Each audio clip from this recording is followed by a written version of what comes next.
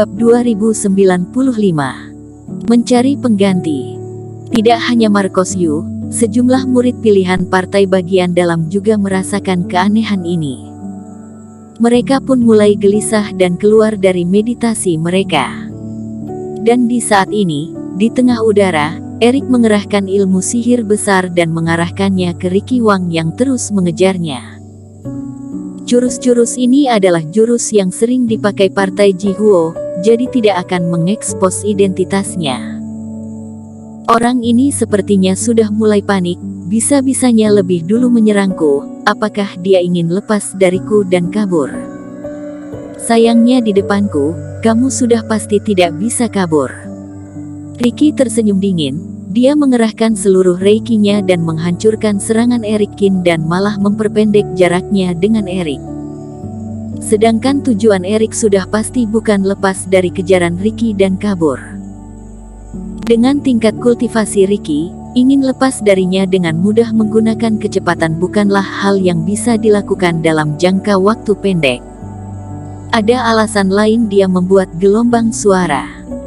Ketika melempar ilmu sihir dalam jumlah besar, di saat yang bersamaan mata Erik langsung hitam semua dan di area keningnya, muncul sebuah mata.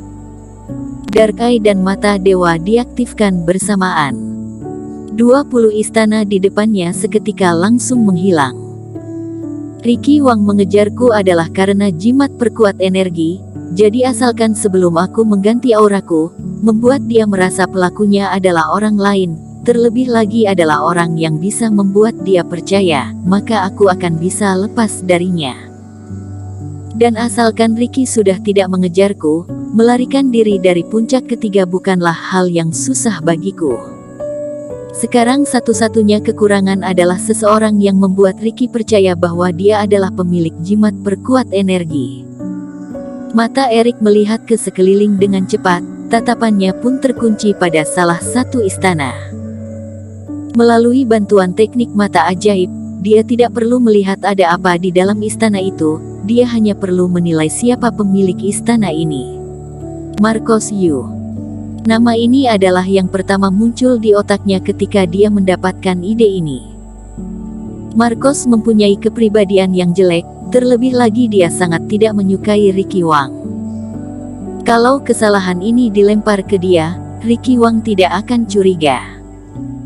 Terlebih lagi, yang paling dicurigai oleh Ricky Wang adalah Marcos Yu ini, hanya saja dia tidak punya bukti. Jadi sekarang, asalkan dia membuat Ricky mengira dia adalah Marcos Yu, maka masalah ini sudah selesai. Sedangkan masalah apakah dia akan merasa bersalah memfitnah Marcos, Erik sama sekali tidak ada pikiran ini. Marcos bisa kepikiran untuk membujuknya menelan pil iblis dan menghancurkan masa hidupnya sendiri untuk melawan Ricky Wang. Dia sama sekali tidak merasa bersalah memfitnah Marcos. Tentu saja, kalau Erik tahu Marcos, Orlando dan yang lainnya baru saja berpikir bagaimana caranya terus mencelakai dia, dia mungkin akan diam-diam merasa senang. Ketika Erik bermaksud menarik pandangannya dan terbang ke arah istana Marcos, dia menemukan Orlando dan yang lainnya terbang keluar dari istana Marcos. Penemuan ini membuat pikiran Erik berubah lagi. Sepertinya, dia bisa punya rencana yang lebih pasti. Kedua tangannya diluruskan, seketika muncul sejumlah besar kabut putih.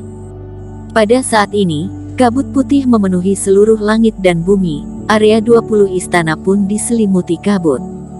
Apa yang terjadi? Di salah satu tempat, Orlando sedang berencana pulang ke istananya dan memikirkan cara mencelakai Erik Qin.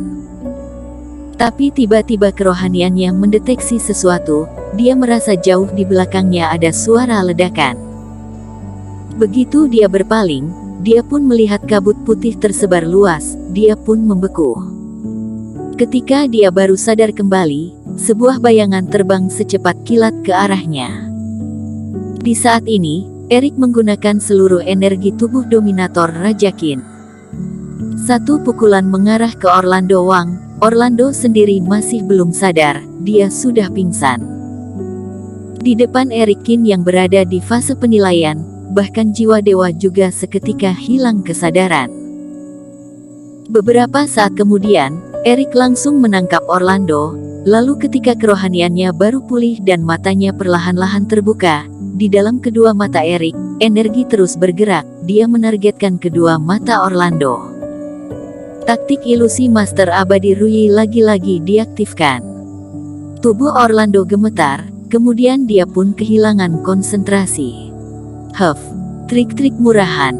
Di belakang Erik, kerohanian Ricky Wang juga tertutup untuk sementara.